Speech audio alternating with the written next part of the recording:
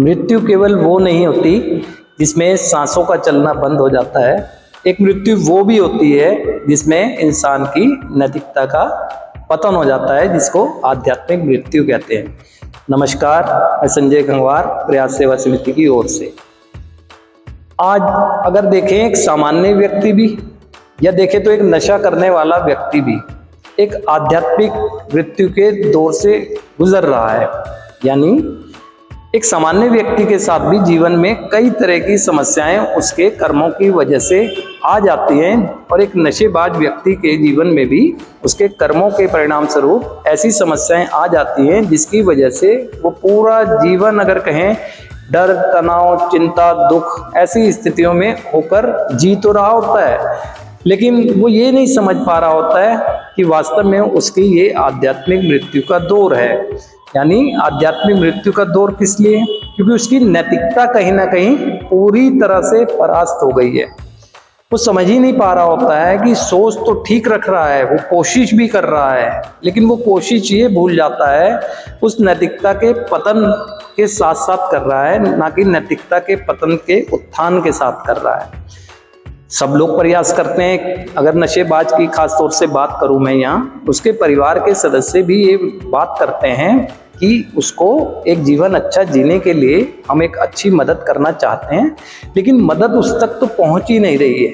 कैसे संभव है उस मदद का उस तक पहुंच जाना, जब उसके अंदर कई ऐसे विकार आ गए हैं। विकार कहें तो आप समझें इस बात को। एक देखें तो परिवार का व्यक्ति जब छोटा होता है तो उसके परिवार के बड़े सदस्य उसे संस्कार में सभी चीज़ें देते हैं। उसे सदा सच बोलना बताते हैं, उसे ईमानदारी बताते हैं, उसे किसी से चालबाजी नहीं करनी चाहिए बताते हैं, उसे दिखावे का जीवन नहीं जीना चाहिए बताते हैं, उसे बड़ों का आदर करना सिखाते हैं, मान सम्मान करना सिखाते हैं, जो कि उसे शिक्षा के साथ अगर कहें तो नैतिक शिक्षा में यही पढ़ाया जाता है। लेकिन ये देखें कि जो आज उसके दर्द का दौर चल रहा है, वो नशे के प्रभाव की वजह से कहें या उसके कर्मों के प्रभाव की वजह से कहें, वो आज झूठ का सहारा लेने लगा है, वो बेईमानी करने लगा है, वो चालबाजी करने लगा है, वो कामों से टाल मटोल करने लगा है, सारी चीजें कर रहा है। यानी नैतिकता का पूरी तरह से पतन हो गया है। तो इसे ही कोई ही आध्यात्मिक मृत्यु का दौर कहते हैं। अब रही बात, इससे निकल कैसे सकते हैं? इससे निकलने के लिए और एक जो विश्वास के स्वरूप जिसे कहते हैं ईश्वरीय शक्ति के साथ कनेक्टिविटी के लिए सबसे ज़्यादा ज़रूरी ये है कि हमें पहले स्वयं को अपने जो पास्ट में किए गए कर्म हैं उसके परिणामों को स्वीकार करना होगा।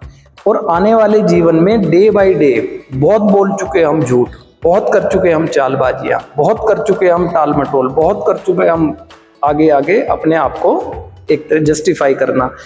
अब वर्तमान क्षण में नहीं करना है। जब हम झूठ बोलना बंद कर देंगे, जब हम ईमानदारी से चलेंगे, हम जब आदर सत्कार करेंगे, किसी बड़ों का आदर सत्कार वो नहीं कि हमने एक प्रणाम किया तो आदर सत्कार कहलागा, नहीं, बड़ों की आज्ञा का पालन करना, उनके कहे अनुसार अपने जीवन को जीना, ये वास्तविक आदर सत्कार होता है। जब हम ऐसा कर रहे होंगे तो हमें इनर रिलीफ मिल रहा होगा।